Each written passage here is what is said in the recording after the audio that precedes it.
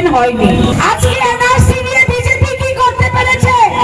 NRC নিয়ে ভারতীয় জনতা party বিফল।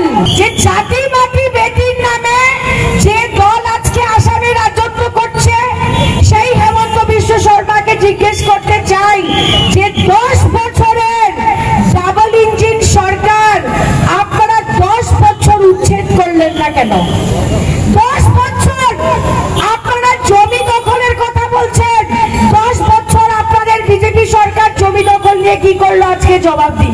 যে আপনারা নির্বাচনে 6 মাস আগে কাকে খুশি করার জন্য আপনারা উচ্ছেদ করছেন সেটার জবাব দিন। বিজেপি সরকারের বিরুদ্ধে তৃণমূল কংগ্রেসের প্রতিবাদ শিলচরে। কেন বাতিল করা হলো? আসাম সরকার জবাব চায়, জবাব দাও। কর্মীরা তুলে আমরা বিজেপির বিভাজনের রাজনীতির বিরুদ্ধে শুরু করেছি। আজ শনিবার শিলচর ক্ষুদিরাম মূর্তির পদদেশে বিজেপি সরকারের বিভিন্ন দুর্নীতির বিরুদ্ধে প্রতিবাদ সাব্যস্ত করেন তৃণমূল কংগ্রেস কর্মীরা। বিজেপি সরকারের বিরুদ্ধে সরব হয়ে ওঠেন তৃণমূল কংগ্রেসের রাজ্যসভার সাংসদ তথা তৃণমূল কংগ্রেস নেত্রী সুস্মিতা দেব। বক্তব্য রাখতে গিয়ে সুস্মিতা দেব জানান, বিজেপি সরকার আসার পর জনগণ বিভিন্নভাবে লাঞ্ছিত এবং প্রতারিত হচ্ছেন। এনআরসির প্রসঙ্গ তুলে তিনি বলেন, এই প্রক্রিয়া নিয়ে বহু মানুষকে হয়রানির মুখে পড়তে হয়েছে। তিনি আরো বলেন, বিজেপি সরকার বলছে বাংলা ভাষা বললেই নাকি বাংলাদেশি, এমন ধারণা ছড়িয়ে দেওয়া হচ্ছে, যা অত্যন্ত উদ্বেগজনক। কিছু ক্ষেত্রে বলা হচ্ছে তাদেরকে আইনি প্রক্রিয়ার মাধ্যমে আটক করা হবে। এই হলো জনগণের ভোটে জয়ী হওয়া বিজেপি সরকার। সুস্মিতা দেব অভিযোগ করেন, বরাক উপত্যকায় একজনও ভালো নেতা নেই যিনি বাঙালিদের বিভিন্ন সমস্যার কথা তুলে ধরবেন বিধানসভায়। বিজেপি সরকার শুধু বিভাজনের রাজনীতি করতে জানে, এর বাইরে জনস্বার্থে কার্যকর কিছু করছে না। তৃণমূল নেত্রী সুস্মিতা দেব বলেন, তৃণমূল কংগ্রেস বিজেপি সরকারকে ভয় পায় না। জনগণের বিভিন্ন সমস্যা সমাধানের লক্ষ্যে তৃণমূল কংগ্রেস বিজেপি সরকারের সাথে গণতান্ত্রিক পথে লড়াই চালিয়ে যাবে বলে মন্তব্য করেছেন তৃণমূল কংগ্রেস নেত্রী সুস্মিতা দেব। এই প্রতিবাদটা আমরা কেন করছি? আমি যখন সিএএ যখন এসেছিল তখন সুস্মিতা দেব প্রথম বলেছিল যে বাঙালিদের নিরাপত্তার জন্য সিএএ দিয়ে কোনো কাজ হবে না। আজকে লজ্জার ব্যাপার, ভারতীয় জনতা পার্টি যারা হিন্দু বাঙালিদের ভোটে জিতে আসেন, সেই বিজেপি বিধানসভাতে প্রশ্নের উত্তরে বলছে যে আসার পরে শুধু 300টা অ্যাপ্লিকেশন হয়েছে আর শুধু 2 জন হিন্দু বাঙালিকে নাগরিকত্ব দেওয়া হয়েছে। যারা নিজেকে হিন্দুদের দল করেন ভারতীয় জনতা পার্টি, আজকে আমি প্রকাশ্যই সবার থেকে বলছি যে বিজেপির থেকে বড় বিশ্বাসঘাতক দল এই দেশের ইতিহাসে কোনোদিন হয়নি। বন্ধুগণ, 6 বছর আমরা যারা আসামে বসবাস করি, আমরা হিন্দু বাঙালি আছি, আমরা বাঙালি মুসলিম আছি, আমরা অসমিয়া আছি, বোডো আছি, মিসিং আছি, ডিমাসা আছি, বর্মন আছি, আমি রাজবংশী আছি। আমি প্রত্যেককে জিজ্ঞেস করতে চাই যে এনআরসিতে আমরা দীর্ঘ 6 বছর ভারত সরকারকে নাগরিকত্বের কাগজ দেখালাম। 6 বছর 2013 থেকে 2019 পর্যন্ত 6 বছর কাগজ দেখাবার পরে আমরা কি পেলাম আসাম রাজ্যতে? এইটা প্রশ্ন করার সময় চলে এসছে।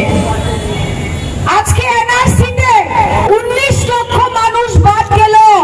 7 লক্ষ ছিল হিন্দু বাঙালি, 4 লক্ষ বাঙালি মুসলমান, রাজবংশী, গোর্খা, অসমিয়া হিন্দু। আজকে এনআরসি নিয়ে বিজেপি কি করতে পেরেছে? এনআরসি নিয়ে ভারতীয় জনতা পার্টি বিফল। ওরা কি বলেছিল? হেমন্ত বিশ্ব শর্মা 2021-এর নির্বাচনে জাতি মাটি বেটি, যে জাতি মাটি বেটির নামে যে দল আজকে আসামে রাজত্ব করছে, সেই হেমন্ত বিশ্ব শর্মাকে জিজ্ঞেস করতে চাই যে 10 বছরের ডাবল ইঞ্জিন সরকার আপনারা 10 বছর উচ্ছেদ করলেন না কেন? 10 বছর আপনারা জমি দখলের কথা বলছেন, 10 বছর আপনাদের বিজেপি সরকার জমি দখল আজকে জবাব দিন। আজকে আসামের মুখ্যমন্ত্রীকে জিজ্ঞেস করতে চাই যে আপনারা নির্বাচনের 6 মাস আগে কাকে খুশি করার জন্য আপনারা উচ্ছেদ করছেন সেটার জবাব দিন। আপনাদের পায়ের নিচের দিকে, বিজেপির পায়ের নিচের দিকে জমি সরে যাচ্ছে, চাকরি নেই। বরাকের কয়টা ছেলে মেয়ে চাকরি পেয়েছে আজকে আমি জিজ্ঞেস করতে চাই। শিলচর শহরের বুকে দাঁড়িয়েছে, কে পেয়েছে চাকরি? বরাক বাড়িতে কেউ পায়নি। আজকে সমস্ত আসাম রাজ্যতে মুখ্যমন্ত্রী কাউকে অ্যাকাউন্টে 1200 টাকা, কাউকে অ্যাকাউন্টে 1500 টাকা কেন দিচ্ছে? কারণ আজকে চাকরি দিয়ে আসামের যুব সমাজকে হেমন্ত বিশ্ব শর্মা ওদের সুরক্ষিত করতে পারেনি ভবিষ্যৎ বলে আজকে কারো ব্যাংক অ্যাকাউন্টে 1200 টাকা আর ব্যাংক অ্যাকাউন্টে 1500 টাকা। শিলচরের বাঙালিদের বলতে চাই, যারা পদ্ম ফুলকে ভোট দিন, বছরের পর বছর, দিনের পর দিন আপনাদের অধিকার আছে, বিজেপিকে প্রশ্ন করেন যে বাঙালিদের বিরুদ্ধে আজকে সমস্ত দেশে কি চলছে, যেটা মমতা বন্দ্যোপাধ্যায় বলছেন।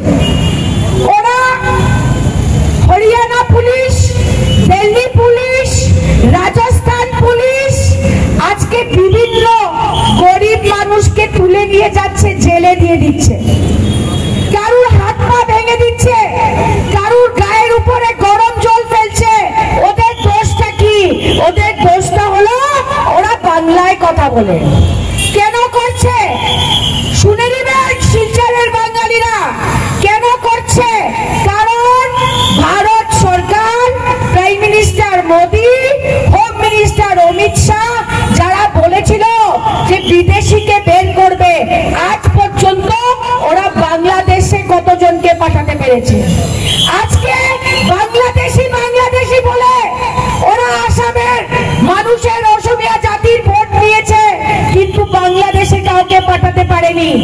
এই বিফলতার জন্য, এনআরসির বিফলতাকে লুকাবার জন্য এখন বিজেপি ভারতবর্ষের বিভিন্ন রাজ্যতে যারা বাংলা ভাষা বলে ওদেরকে ধরে ধরে জেলে ঢুকিয়ে দিচ্ছে।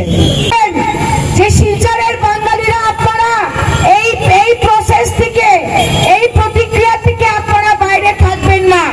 কেন থাকবেন না সেটাও বলে দিচ্ছি।